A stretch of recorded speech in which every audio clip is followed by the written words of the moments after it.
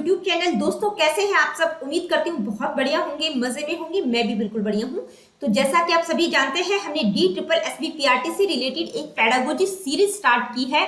तो आज की इस वीडियो में हम उसी सीरीज का एक नेक्स्ट टॉपिक डिस्कस करेंगे और आज का हमारा टॉपिक रहेगा व्हाट इज साइकोलॉजी और दूसरा टॉपिक रहेगा इवोल्यूशन या हिस्ट्री ऑफ साइकोलॉजी। ठीक है, तो आज की इस वीडियो में हम ये दो टॉपिक्स डिस्कस करेंगे, यानी कि साइकोलॉजी को बिल्कुल डिटेल में समझेंगे कि भाई साइकोलॉजी होती क्या है, इसका मीनिंग क्या है, इसकी डेफिनेशंस और इसका इवोल्यूशन यानी कि कहाँ से प्रारंभ होती है, इसकी हिस्ट्री क्या है। तो बहुत ही इंपॉर्टेंट टॉपिक है, आपका बेस मतलब क्लियर करने के लिए बहुत जरूरी है, चाहे आप किसी भी टीचिंग एग्जाम की तैयारी कर रहे हो। देखिए यहाँ पर मैं आप लोगों को DSSB-PRT के लिए एक पेडागोजी सीरीज के बारे में बात करती हूँ, लेकिन ये जो टॉपिक है, ये जो स्टूडेंट बीएड कर रहे हैं, एमएड कर रहे हैं, एजुकेशन में नेट का प्रिपरेशन कर रहे हैं, सीटेट, एचटेट या किसी भी स्टेट के टेट के लिए प्रिपरेशन कर रहे हैं, तो उन सभी के लिए बहुत ही इंपॉर्टेंट टॉपिक है। ठीक है, DSSB-PRT की बात मैं इसलिए करती हूँ क्योंकि उसके लिए हमने एक सीरीज स्टार्ट की है। तो चलिए स्टार्ट करते हैं आज की इस वीडियो को। देखिए, वीडियो को स्टार्ट करूं उससे पहले आप लोगों को बताना चाहूंगी कि अगर वीडियोस आप लोगों के लिए इंफॉर्मेटिव है, हेल्पफुल है, तो please like, share and do subscribe the education classes. देखिए, मैं अपना एनालिटिक्स बीच बीच में चेक करती रहती हूँ, तो वहां पर मैंने देखा व्यूवर्स और जो सब्सक्रिप्शन लेने वाले स्टूडेंट्स हैं उनमें बहुत ज्यादा वेरिएशन है, क्योंकि 90% 92% लोग ऐसे हैं जो व्यू कर रहे हैं वीडियोस को, लेकिन उन्होंने सब्सक्रिप्शन नहीं ले रखा। तो उनको मैं यही कहना चाहूंगी कि please like, share and do subscribe the education classes. आप सब्सक्रिप्शन ले लेंगे क्योंकि बिल्कुल फ्री ऑफ कॉस्ट है, कोई मैं पेड क्लासेस यहाँ पर नहीं लेती हूँ, तो फ्री में आप सब्सक्रिप्शन ले सकते हैं। सब्सक्रिप्शन लेने से आप लोगों का ये बेनिफिट होगा कि मेरी जितनी भी अपकमिंग वीडियोस आएंगी उनका नोटिफिकेशन आप लोगों को सबसे पहले मिलेगा। ठीक है, तो चलिए आप बढ़ते हैं अपने टॉपिक की तरफ। देखिए, आज की वीडियो में हम बात करेंगे व्हाट इज साइकोलॉजी, साइकोलॉजी होती क्या है और साइकोलॉजी का प्रारंभ कैसे हुआ, इवोल्यूशन या हिस्ट्री क्या है साइकोलॉजी की। तो सबसे पहला टॉपिक है व्हाट इज साइकोलॉजी। तो सबसे पहले जब किसी भी टॉपिक को हम डिस्कस करते हैं तो उसका एटोमोलॉजिकल मीनिंग हमें पता होना चाहिए, यानी कि उसका शाब्दिक दृष्टिकोण हमें पता होना चाहिए। तो एटोमोलॉजिकल या हम कह सकते हैं शाब्दिक दृष्टिकोण। ठीक है, शाब्दिक दृष्टिकोण क्या होगा इसका? तो शाब्दिक दृष्टिकोण की अगर बात करें तो ये साइकोलॉजी शब्द है वो ग्रीक भाषा का शब्द है। पहली बात, कौन सी भाषा? ग्रीक भाषा का शब्द है, दो शब्दों के मेल से बना है। कौन कौन से? एक तो साइकी जिसका मतलब होता है सोल, आत्मा, और दूसरा शब्द है लोगस जिसका मतलब होता है स्टडी और नॉलेज। तो जो एटोमोलॉजिकली अगर हम बात करें तो साइकोलॉजी शब्द का अर्थ है स्टडी ऑफ द सोल, यानी कि आत्मा का विज्ञान हम इसको कह सकते हैं, या आत्मा का अध्ययन या आत्मा के बारे में ज्ञान। ठीक है, तो इसका जो शाब्दिक अर्थ की अगर हम बात करें तो इसका मतलब क्या है? आत्मा का विज्ञान या आत्मा का अध्ययन इसमें किया जाता है। तो ये जो बात कही है, ये जो यूनानी दार्शनिक थे, जो ग्रीक भाषा के जो दार्शनिक थे, उनमें जो है सुकरात, अरस्तु, प्लेटो, इनका नाम विशेष, डेकार्टे, ठीक है, तो इनका नाम विशेष रूप से उल्लेखनीय। उन्होंने कहा कि भाई जो मनोविज्ञान है उसमें आत्मा का अध्ययन किया जाता है। क्यों कहा? क्योंकि जो साइकोलॉजी है सबसे पहले फिलोसफी की ही एक ब्रांच थी। ठीक है, एक इंडिपेंडेंट ब्रांच नहीं थी, दर्शन शास्त्र की ही एक शाखा थी, एक ब्रांच थी। तो उसमें जो है उन्होंने ये जो दृष्टिकोण निकाला वो क्योंकि फिलोसफिकल वे से उन्होंने देखा और उसी तरह से उन्होंने मनोविज्ञान को डिफाइन किया। तो सबसे पहले जो है साइकोलॉजी को क्या कहा गया? Psychology as a science of soul, यानी कि आत्मा का विज्ञान, आत्मा का विज्ञान है। ठीक है, तो ये जो परिभाषा है काफी टाइम तक, यानी कि जो 16वीं शताब्दी थी तब तक ये प्रचलित रही। इसमें जो दार्शनिक थे वो सुकरात, प्लेटो, अरस्तु, इन्होंने कहा कि भी जो साइकोलॉजी है वो आत्मा का विज्ञान है। लेकिन धीरे धीरे ये जो डेफिनेशन थी ये अमान्य सिद्ध हुई। क्यों हुई? क्योंकि जो आत्मा है उसका रूप, रंग, स्वरूप क्या है, तो इसके बारे में लोगों के जो विचार थे वो बिल्कुल डिफरेंट थे। तो इसके कारण क्या हुआ, ये जो डेफिनेशन थी ये धीरे धीरे अमान्य सिद्ध हो गई, यानी कि इसको रिजेक्ट कर दिया गया। इसके बाद दूसरी बात क्या आई कि भी जो साइकोलॉजी है वो mind, psychology as a science of mind, यानी कि मन का विज्ञान है। साइकोलॉजी को क्या कहा गया? मन का विज्ञान। लेकिन कुछ समय के बाद धीरे धीरे ये डेफिनेशन भी जो है अमान्य या रिजेक्ट हो गई। क्यों हो गई? क्योंकि जैसे आत्मा के संबंध में हम कुछ नहीं जानते, उसी प्रकार जो है आत्मा और मन दोनों मिलते जुलते शब्द हैं। हम अपने मन की, अपनी फीलिंग्स के बारे में तो जान सकते हैं, लेकिन जो दूसरे का माइंड है उसको हम कैसे जान सकते हैं? तो बहुत सारे मतलब जो मनोवैज्ञानिक थे उनमें आपस में मतभेद हुआ और ये जो डेफिनेशन थी कि भाई जो साइकोलॉजी है मनोविज्ञान मन का विज्ञान है, ये भी रिजेक्ट हो गई। तीसरी डेफिनेशन कौन सी आई, तीसरी बात कौन सी आई कि भाई जो साइकोलॉजी है वो as a science of consciousness. Consciousness का मतलब क्या होता है, चेतना का विज्ञान है। ठीक है, तीसरी डेफिनेशन ये आई कि भाई जो मनोविज्ञान है वो चेतना का विज्ञान है।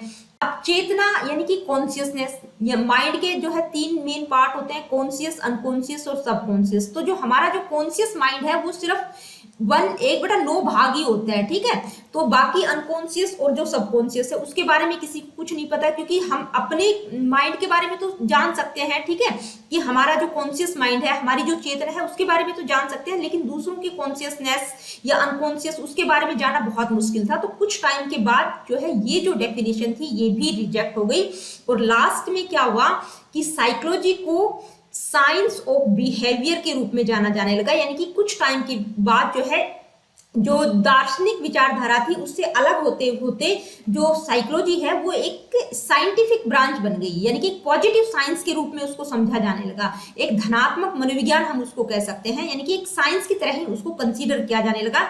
और डेफिनेशन क्या है कि भाई जो साइकोलॉजी है वो साइंस ऑफ बिहेवियर, यानी कि इसमें व्यक्तियों के व्यवहार का अध्ययन किया जाता है, इनकी मेंटल प्रोसेसेस और व्यवहार का अध्ययन किया जाता है। तो एक कथन यहाँ पर आता है वुडवर्थ का, और एक कोट के रूप में मैं कहूंगी, आगे मैंने वो कोट इंक्लूड भी किया हुआ है। तो कोट क्या था, वुडवर्थ ने एक बात कही कि भाई सबसे पहले मनोविज्ञान ने अपनी आत्मा को छोड़ा, उसके बाद अपने मन को छोड़ा, फिर अपनी चेतना को छोड़ा, और अब जो कुछ बच गया है वो क्या है, व्यवहार, यानी कि अब जो है सिर्फ व्यवहार के अध्ययन के रूप में इसको समझा जाए। तो साइकोलॉजी को किस तरह से हम डिफाइन कर सकते हैं, देखिए ये जो डेफिनेशन मैंने ली है American psychological association APA, APA की फुल फॉर्म भी आप लोगों से पूछी जा सकती है कि एपीए की फुल फॉर्म क्या है, तो क्या है, अमेरिकन साइकोलॉजिकल एसोसिएशन। देखिए क्वेश्चंस या उन्हीं में जो कॉन्सेप्ट हम क्लियर करते हैं उन्हीं में छोटी छोटी चीजें आ जाती हैं, उनको अगर आप ध्यान से समझेंगे ना तो एक एक चीज आप लोगों को क्लियर हो जाएगी। ठीक है, तो अमेरिकन साइकोलॉजिकल एसोसिएशन ने किस तरह से जो है साइकोलॉजी को डिफाइन किया है, psychology is the scientific study. उन्होंने क्या कहा है कि इसमें हम मनोवैज्ञानिक अध्ययन, सॉरी साइंटिफिक का मतलब वैज्ञानिक तरीके से अध्ययन करते हैं, किसका, बिहेवियर और मेंटल प्रोसेसेस का। ठीक है, तो क्या है, psychology is the scientific study of behaviour and mental processes, यानी कि मानसिक क्रियाओं और व्यवहार का वैज्ञानिक ढंग से अध्ययन करने की जो विधि होती है उसी को हम क्या कहते हैं, साइकोलॉजी। तो आज की डेट में हम साइकोलॉजी को किस तरीके से देखते हैं, जिसमें ह्यूमन बिहेवियर और मेंटल प्रोसेसेस का साइंटिफिक तरीके से अध्ययन किया जाता है। तो आई होप कि साइकोलॉजी होती क्या है, इसका मतलब क्या है, ये आप लोगों को समझ आ गया होगा। यहाँ पर आप बहुत सारी डेफिनेशंस और भी पढ़ सकते हैं, क्योंकि यहाँ पर मैंने इंक्लूड इसलिए नहीं की है क्योंकि उनका कोई तुक नहीं बनता। ठीक है, मेन बात क्या है कि आपको कॉन्सेप्ट समझ आना चाहिए कि साइकोलॉजी होती क्या है।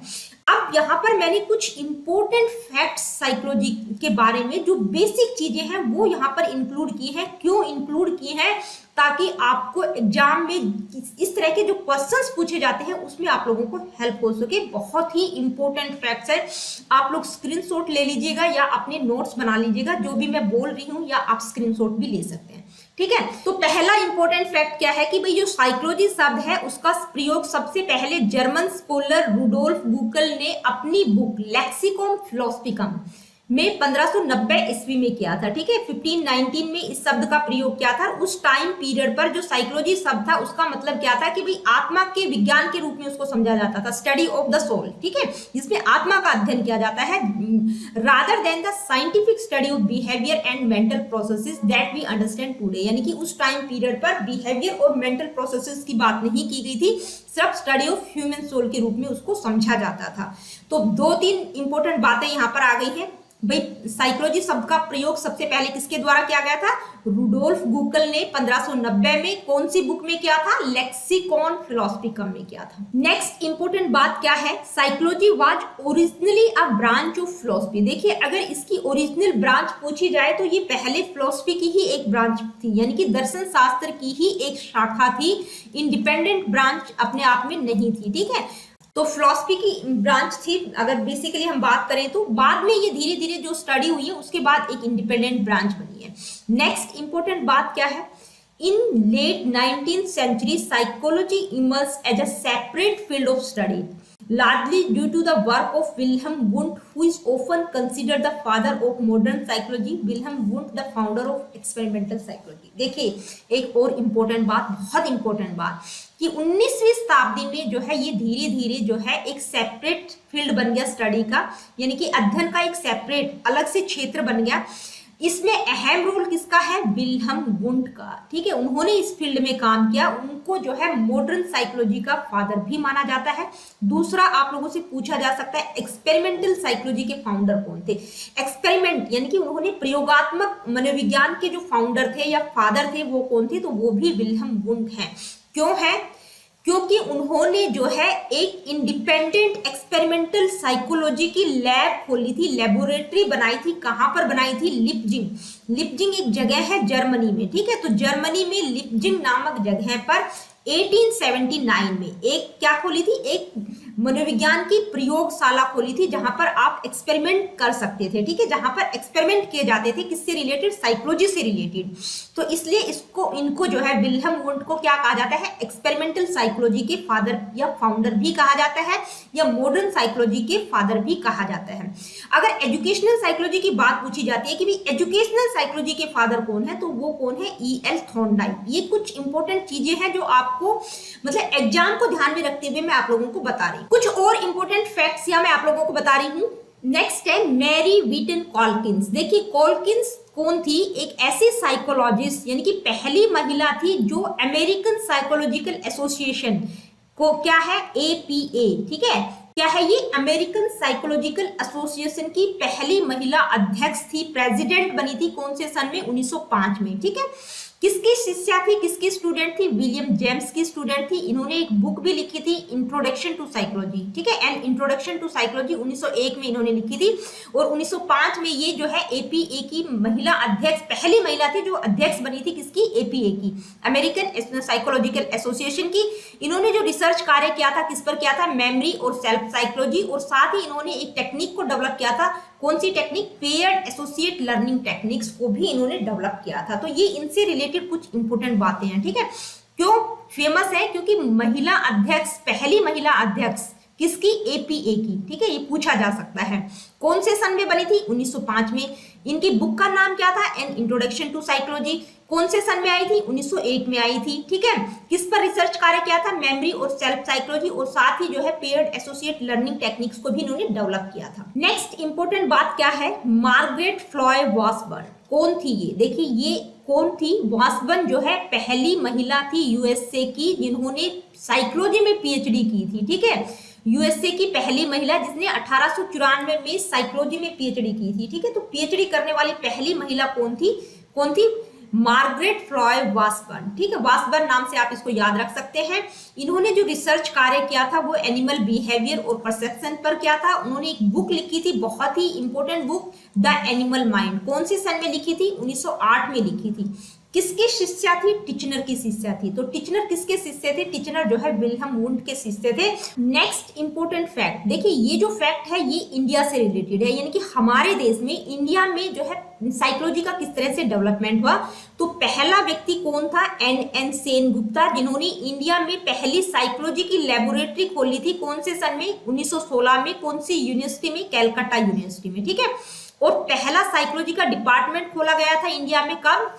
1921 में। कौन सी यूनिवर्सिटी थी? इलाहाबाद यूनिवर्सिटी में। किसने खोला था? इन्होंने ही खोला था, NN सेनगुप्ता ने। ठीक है, तो NN सेनगुप्ता वो साइकोलॉजिस्ट है जिन्होंने इंडिया में 1916 में पहली साइकोलॉजी का लैब खोला था, और 1921 में फर्स्ट डिपार्टमेंट बनाया गया था साइकोलॉजी का। कौन सी यूनिवर्सिटी में? इलाहाबाद यूनिवर्सिटी में। और जो लेबोरेटरी बनाई गई थी वो कौन सी यूनिवर्सिटी में बनाई गई थी? कैलकाटा यूनिवर्सिटी में। नेक्स्ट इंपॉर्टेंट फैक्ट क्या है? देखिए ये एक कोटेशन है। ठीक है, एक कोट है, बहुत इंपॉर्टेंट, आप लोगों से पूछी जा सकती है, इसलिए मैंने इंक्लूड कर दी है कि भाई ये जो लाइन है ये किसके द्वारा बोली गई है? First psychology lost its soul, then it lost its mind, then it lost its consciousness, it still have behaviour of soul. ये किसके द्वारा कही गई है? वुडवर्थ के द्वारा। यानी कि साइकोलॉजी ने पहले अपनी आत्मा को खोया, हालांकि पिछली स्लाइड में मैं आप लोगों को एक्सप्लेन कर चुकी हूँ। उसके बाद मन को खोया, उसके बाद कॉन्शियसनेस को, और अब ये जो कुछ है ये सिर्फ व्यवहार का अध्ययन इसमें किया जाता है। तो ये जो लाइन है, ये जो कोट है, आप लोगों से डायरेक्ट पूछ ली जाती है कि ये किसका कथन है, तो ये शब्द किसने बोले थे, ये बात किसने कही थी? वुडवर्थ। तो देखो ये बहुत ही इंपॉर्टेंट फैक्ट्स हैं जो किसी भी टीचिंग एग्जाम में आप लोगों से पूछे जा सकते हैं किसी भी तरह से। तो वो सारी चीजें यहाँ पर मैंने इंक्लूड की हैं। ये सिर्फ न केवल DSSB PRT के लिए है, बल्कि किसी भी टीचिंग एग्जाम की आप प्रिपरेशन कर रहे हैं उनमें भी आप लोगों से पूछी जा सकती हैं। अब हम बात करेंगे इवोल्यूशन ऑफ साइकोलॉजी या हिस्ट्री ऑफ साइकोलॉजी, यानी कि साइकोलॉजी की हिस्ट्री क्या है, इसका इतिहास क्या है, कहां से शुरू होती है और आज की डेट में क्या है। ठीक है, देखिए अगर हम इवोल्यूशन या हिस्ट्री की बात करें तो जो साइकोलॉजी है उसमें बहुत सारे चेंजेज आए। ठीक है, किस तरह के चेंजेज आए, यानी कि फिलोसफिकल और साइंटिफिक मूवमेंट्स इसमें आए। ठीक है, क्योंकि फिलोसफी की ब्रांच थी तो कहां से शुरुआत इसकी हुई थी? फिलोसफी से शुरुआत हुई थी और बहुत सारे साइंटिफिक मूवमेंट्स इसमें आए। बाद में 19वीं शताब्दी में, यानी कि 19th सेंचुरी में जो है ये एक सेपरेट साइंटिफिक डिसिप्लिन के रूप में इमर्ज होना शुरू हुई, और 20वीं शताब्दी तक यानी कि 20th सेंचुरी में जो है ये एक सेपरेट साइंटिफिक डिसिप्लिन, यानी कि इसको एक अध्ययन की अलग शाखा माना जाने लगा। ठीक है, तो जो इसका इवोल्यूशन है साइकोलॉजी का, उसमें बहुत सारे पीरियड्स आए। कौन कौन से पीरियड आए? ये 5 मेन पीरियड्स हैं। कौन कौन से हैं? Philosophical period, early scientific period, behaviourist period, cognitive period और मॉडर्न पीरियड। तो इवोल्यूशन ऑफ साइकोलॉजी से रिलेटेड जो ये 5 पीरियड्स हैं, इनको हम 1 बाय 1 डिटेल में समझते हैं, यानी कि किस तरह के चेंजेस हर पीरियड में देखने को मिले। ठीक है, सबसे पहले बात करते हैं फिलोसफिकल पीरियड की, जिसका टाइम पीरियड 400 BC से 1879 तक है। तो ये जो फिलोसफिकल पीरियड है ये क्या है? अर्लीस्ट स्टेज है इवोल्यूशन ऑफ साइकोलॉजी की, यानी कि सबसे बेसिक स्टेज हम इसको कहेंगे, क्योंकि यहीं से इसकी शुरुआत हुई थी।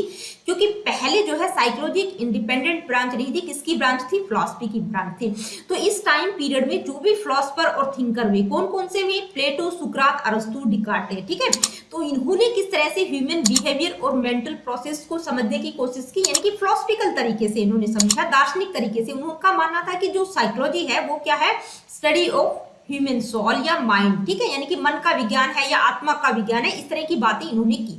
इसके बाद जो है 17वीं शताब्दी में, यानी कि 17th सेंचुरी में क्या हुआ? रेने डिकार्टे ने एक कॉन्सेप्ट प्रपोज किया। वो कॉन्सेप्ट क्या था? यहाँ पर मैं इंपॉर्टेंट चीजें हाईलाइट कर रही हूँ। ड्यूलिज्म का कॉन्सेप्ट। ड्यूलिज्म का मतलब जिसमें 2 चीजों पर फोकस किया गया।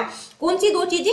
माइंड और बॉडी। उनका मानना था कि भाई जो माइंड और बॉडी है ये सेपरेट इंटाइटल्स हैं, यानी कि अलग अलग है, जो एक दूसरे से इंटरेक्ट होती है, एक ही चीज नहीं है माइंड और बॉडी। तो इन्होंने जो ड्यूलिज्म का कॉन्सेप्ट दिया उसमें 2 चीजों की बात की गई है, किसकी? माइंड और बॉडी। और उन्होंने कहा कि भाई माइंड और जो शरीर है वो दोनों अलग अलग है और दोनों एक दूसरे से इंटरेक्ट होते हैं। तो फिलोसफिकल पीरियड की अगर हम बात करें तो ये क्या करते हैं? Led the foundation for the scientific study of the psychology, यानी कि एक फाउंडेशन का काम करता है साइंटिफिक स्टडी के लिए। जो आगे स्टडीज हुई उनके लिए एक बेस का काम करता है। कौन सा period? Philosophical period. Next period है अर्ली साइंटिफिक पीरियड। देखिए इसका टाइम पीरियड कब से कब तक है? 1879 से 1920 का। तो ये जो अर्ली साइंटिफिक पीरियड है इसकी शुरुआत कब से हुई? इसमें जो है कौन आ जाते हैं? विल्हेम वुंड का आगमन होता है और उन्होंने जो है एक साइकोलॉजी की लैब खोली, यानी कि एक लेबोरेटरी बनाई। कौन सी पहली लैब थी ये साइकोलॉजी की? कहां पर खोली थी? लिपजिंग नामक जगह में, जर्मनी में ये जगह है लिपजिंग। और कौन से सन में खोली थी? 1879 में। पीछे भी मैं बता चुकी हूँ। तो वहां से साइंटिफिक पीरियड की शुरुआत होती है साइकोलॉजी की। इसके बाद क्या होता है भाई? जो वुंड थे उनका मेन मकसद था structure of the mind, study the structure of the mind, यानी कि जो माइंड का स्ट्रक्चर है उसको स्टडी करना है। किसके द्वारा? कौन सा मेथड इन्होंने यूज किया? इंट्रोस्पेक्शन मेथड का इन्होंने यूज किया। इंट्रोस्पेक्शन का मतलब क्या होता है? Self observation and reporting of subjective experience, यानी कि अपने अंदर झांक के देखना, अपने आप ऑब्जर्व करना। ठीक है, तो इस अप्रोच को आगे स्ट्रक्चरलिज्म भी कहा गया। स्ट्रक्चरलिज्म जो है स्कूल ऑफ, यानी कि जब हम स्कूल्स पढ़ेंगे साइकोलॉजी के तो उसमें मैं आप लोगों को डिटेल में करवाऊंगी। ठीक है, तो वुंड ने क्या किया? उन्होंने जो है स्ट्रक्चर ऑफ माइंड पर स्टडी किया, यानी कि मन का जो स्ट्रक्चर है उसको समझने की कोशिश की, उसकी संरचना को समझने की कोशिश की, जिसको आगे स्ट्रक्चरलिज्म का नाम दिया गया। ठीक है, और कौन सा मेथड यूज किया? इंट्रोस्पेक्शन मेथड यूज किया। इसके बाद इस टाइम पीरियड में दूसरे भी साइकोलॉजिस्ट थे जिनका अहम रोल था। दूसरे कौन थे? विलियम जेम्स, जिन्होंने फंक्शनलिज्म को डेवलप किया। ये भी एक साइकोलॉजी का संप्रदाय है फंक्शनलिज्म, जो कि स्ट्रक्चरलिज्म के बाद आया। उन्होंने कहा कि भाई स्ट्रक्चर को समझने की जरूरत नहीं है, जो माइंड है उसके फंक्शंस क्या है, उसके कार्य क्या है, उस पर फोकस किया जाना चाहिए। ठीक है, तो इन्होंने फंक्शनलिज्म को डेवलप किया। अब अर्ली साइंटिफिक पीरियड में तीसरा जो नाम आता है वो सिगमंड फ्रॉइड का आता है। ठीक है, किस चीज पर फोकस किया? साइको एनालिसिस, यानी कि मनोविश्लेषणात्मक विधि को उन्होंने प्रोत्साहित किया, जिसमें अनकॉन्शियस माइंड की बात उन्होंने की है, उस पर उन्होंने फोकस किया। कॉन्शियस सबकॉन्शियस की बात नहीं करे, अनकॉन्शियस माइंड पर उन्होंने ज्यादा फोकस किया है, यानी कि जो हमारा अचेतन मन है उसकी बात उन्होंने की है। ठीक है, तो अगर हम अर्ली साइंटिफिक पीरियड की बात करें तो इसमें 3 मेन साइकोलॉजिस्ट आते हैं। कौन कौन से? सबसे पहला नाम किसका आता है? विल्हेम वुंड का, जिन्होंने लिपजिग में एक पहला साइकोलॉजिकल लैब बनाया और किसका अध्ययन किया? स्ट्रक्चर ऑफ माइंड की स्टडी की। उन्होंने कौन सा मेथड यूज किया? इंट्रोस्पेक्शन। दूसरा नाम आता है विलियम जेम्स का, जिन्होंने फंक्शनलिज्म को डेवलप किया। तीसरा नाम आता है सिगमंड फ्रॉइड का, जिन्होंने साइको एनालिसिस को डेवलप किया और किसकी स्टडी की? अनकॉन्शियस माइंड की। और फंक्शनलिज्म में विलियम जेम्स ने जो है फंक्शंस ऑफ माइंड, यानी कि मन कार्य किस तरह से करता है, उस चीज पर उन्होंने फोकस किया है। ठीक है, तो देखिए अर्ली साइंटिफिक पीरियड में क्या होता है, यानी कि जो साइकोलॉजी थी उसको एक साइंटिफिक डिसिप्लिन के रूप में समझा जाने लगा। इसी तरह से रिसर्च कार्य वहां से शुरुआत हो जाती है।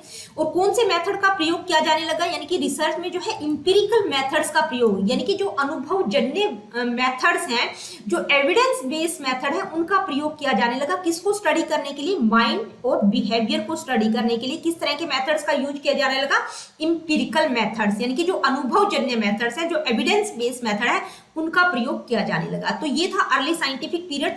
अब हम बात करेंगे बिहेवियरिस्ट पीरियड, जो तीसरे नंबर पर आता है। ठीक है, इसका टाइम पीरियड कब से कब तक है? 1920 से 1960 तक। अब बिहेवियरिस्ट में सबसे पहले मेन जो नाम आता है वो जॉन वॉटसन का आता है। ठीक है, तो देखिए जो बिहेवियरिस्ट पीरियड है, यानी कि जो व्यवहारवादियों का समय है, उसमें क्या हुआ कि उनका मानना था, जो व्यवहारवादी थी, उन्होंने कहा कि जो इंट्रोस्पेक्शन मेथड है स्ट्रक्चरलिज्म का, या सब्जेक्टिव नेचर है साइको एनालिसिस का, उसके ऑपोजिशन में ये खड़ा हुआ। ठीक है, उनका मानना था कि भाई ये यूजलेस चीजें हैं। क्यों? क्योंकि उनका मानना था कि भाई जो अनकॉन्शियस प्रोसेस है माइंड का, उसकी बजाय ऑब्जर्वेबल बिहेवियर पर फोकस किया जाना चाहिए। तो जो बिहेवियरिस्ट थे, इनमें जॉन लॉक है, जॉन वॉटसन है, ठीक है, स्किनर है, पेब्लोव है, थॉर्नडाइक है, ये सारे बिहेवियरिस्ट हैं। ठीक है, तो इनका क्या मानना था कि भाई जो ऑब्जर्वेबल बिहेवियर है, जो दिखाई दे रहा है, जिसको ऑब्जर्व किया जा सकता है, उस पर फोकस किया जाना चाहिए, rather than unconscious process of the mind. यानी कि जो अनकॉन्शियस प्रोसेस है उसकी बजाय जो ऑब्जर्वेबल बिहेवियर है उस पर उन्होंने फोकस किया। तो उन्होंने जो है किस पर फोकस एम्फसाइज किया? रोल ऑफ इन्वायरमेंट, यानी कि इसके लिए उन्होंने कहा कि भाई इन्वायरमेंट का अहम रोल है। हेरिडिटी को भी उन्होंने नकार दिया। उनका मानना था कि जिस तरह के इन्वायरमेंट में बच्चा रहेगा उसी का ज्यादा इन्फ्लुएंस रहेगा, इन्वायरमेंट का बहुत ज्यादा रोल है। तो उन्होंने किस पर फोकस किया? जो कंडीशनिंग की बात उन्होंने की है लर्निंग में, यानी कि सीखने में कंडीशनिंग की। आप लोगों ने थॉर्नडाइक की थ्योरी में, पेव्लोव की थ्योरी में, स्किनर की थ्योरी में मैंने जो करवा रखी है उनमें भी आप लोगों ने देखा होगा कि वो कंडीशनिंग की बात करते हैं। जितने भी बिहेवियरिस्ट हैं वो कंडीशनिंग की बात करते हैं, यानी कि कंडीशनिंग के द्वारा लर्निंग की बात करते हैं। तो उन्होंने किस पर फोकस किया?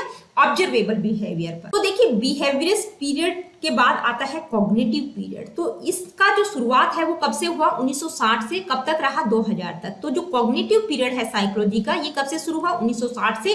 फोकस इसमें किस चीज पर किया गया? Mental processes. किस तरह की? जैसे परसेप्शन है, मेमोरी, थिंकिंग, प्रॉब्लम सॉल्विंग, यानी कि व्यक्ति किस तरह से परसीव करता है चीजों को, किस तरह से सोचता है, किस तरह से मतलब अपनी प्रॉब्लम को सोल्व करता है, यानी कि जो संज्ञानात्मक क्रियाएं हैं उन पर इसमें फोकस किया गया इस पीरियड में। ठीक है, तो इसमें जो है इस पीरियड में ये जो पीरियड था किससे इन्फ्लुएंस था? डेवलपमेंट ऑफ कंप्यूटर साइंस का अहम रोल था और इंफॉर्मेशन प्रोसेसिंग थ्योरी की बात इसमें की गई है, यानी कि हमारा जो माइंड है वो एक कंप्यूटर की तरह काम करता है। ठीक है, तो इसमें जो साइकोलॉजिस्ट की अगर हम बात करें जिनका अहम रोल है, तो उनमें कौन कौन आते हैं? जॉर्ज मिलर और जीन पियाजे। इसके अलावा ब्रूनर की बात भी हम करते हैं कॉग्निटिव डेवलपमेंट की, जब हम बात करते हैं कॉग्निशन की बात करते हैं। तो जो जॉर्ज मिलर थे उन्होंने कौन से कॉन्सेप्ट को डेवलप किया था? कॉग्निटिव रिवोल्यूशन की बात उन्होंने की है। जीन पियाजे ने किसकी बात की है? कॉग्निटिव डेवलपमेंट इन चिल्ड्रन, यानी कि बच्चों में संज्ञानात्मक विकास किस तरह से होता है उसकी बात उन्होंने की है। उनकी एक इंडिपेंडेंट थ्योरी भी है। ठीक है, जॉर्ज मिलर की भी इंडिपेंडेंट थ्योरी है, वो आप मुझे कॉमेंट करके बताएंगे कि उनकी कौन सी थ्योरी है। तो इनका अहम रोल है। अब हम बात करेंगे मॉडर्न पीरियड, यानी कि कॉग्निटिव पीरियड के बाद आता है मॉडर्न पीरियड। कब से कब तक? 2000 से लेकर अब तक, प्रेजेंट तक है, ठीक है। अभी हम किस पीरियड में है? मॉडर्न पीरियड में। उसमें किस तरह से साइकोलॉजी को समझा जाता है। तो जब मॉडर्न पीरियड की हम बात करते हैं तो इसमें किस पर फोकस किया गया है? इंटरडिसिप्लिनरी रिसर्च और integration of the different theoretical perspectives की बात की गई है। अब इंटरडिसिप्लिनरी रिसर्च का मतलब इसमें हम इंटीग्रेट करते हैं information, data, tools, techniques, perspectives, जो अलग अलग थ्योरेटिकल पर्सपेक्टिव्स हैं उनको भी इंटीग्रेट करके समझने की कोशिश करते हैं, ठीक है। तो इसमें क्या हुआ, जो मॉडर्न साइकोलॉजी है उसमें किस चीज पर फोकस किया जाता है भाई? उसमें कहा गया कि जो कल्चर और सोशल फैक्टर्स हैं वो भी ह्यूमन बिहेवियर को शेप देते हैं, यानी कि उनका भी अहम रोल है बिहेवियर और मेंटल प्रोसेसेस में, ठीक है। यानी कि व्यक्ति जहां रहता है, जिस सोसाइटी, जिस कॉन्टेक्स्ट में रहता है, वो भी व्यक्ति को अफेक्ट करते हैं। इसके बाद इस पीरियड में जो है कौन कौन सी बातें आई, यानी कि दो न्यू फील्ड आए, पॉजिटिव साइकोलॉजी और इवोल्यूशनरी साइकोलॉजी। तो पॉजिटिव साइकोलॉजी क्या कहती है, किस पर फोकस करती है? यानी कि ह्यूमन बिहेवियर और मेंटल प्रोसेसेस के जो पॉजिटिव एस्पेक्ट्स हैं उस पर फोकस करती है। और जो इवोल्यूशनरी साइकोलॉजी है वो किसको एग्जामिन करती है? Natural selection has shaped behaviour and mental processes, यानी कि नेचुरल तरीके से व्यक्ति का जो भी मतलब बिहेवियर और मेंटल प्रोसेसेस हैं वो किस तरह से कार्य करती हैं, उसका क्या रोल है, यानी कि नेचुरल तरीके से किस तरह से डेवलप होता है उसको इवेल्यूट करने की कोशिश की जाती है, ठीक है। तो देखिए मॉडर्न पीरियड में किस पर फोकस किया गया? एक तो इंटरडिसिप्लिनरी रिसर्च की बात की गई, कल्चर और सोशल फैक्टर की बात की गई है, पॉजिटिव साइकोलॉजी यानी कि ह्यूमन बिहेवियर के जो पॉजिटिव एस्पेक्ट्स है उनको देखा जाता है, और जो नेचुरल तरीके से ह्यूमन बिहेवियर मेंटल प्रोसेसेस की क्रियाएं होती हैं वो किस तरह से हो रही है उनको इवेल्यूट किया जाता है, ठीक है। तो ये सारा किसमें आ जाता है? मॉडर्न पीरियड में हम इन सारी चीजों की बात करते हैं। तो दोस्तों आज की वीडियो में इतना ही। अगली वीडियो में हम साइकोलॉजी की ही एक और टॉपिक को करेंगे, यानी कि एक वीडियो रहेगी जिसमें मैं 2-3 टॉपिक्स इंक्लूड करूंगी। टॉपिक्स कौन कौन से रहेंगे? Forces of psychology, characteristics of psychology और मेजर गोल्स ऑफ साइकोलॉजी। तो ये 3 टॉपिक अगली वीडियो में हम डिस्कस करेंगे। तो मिलती हूँ आप लोगों से अपनी अगली वीडियो में। Really good, take care of yourself. देखिए वीडियोस अगर आप लोगों के लिए इंफॉर्मेटिव है, हेल्पफुल है, तो please like, share and do subscribe the education classes.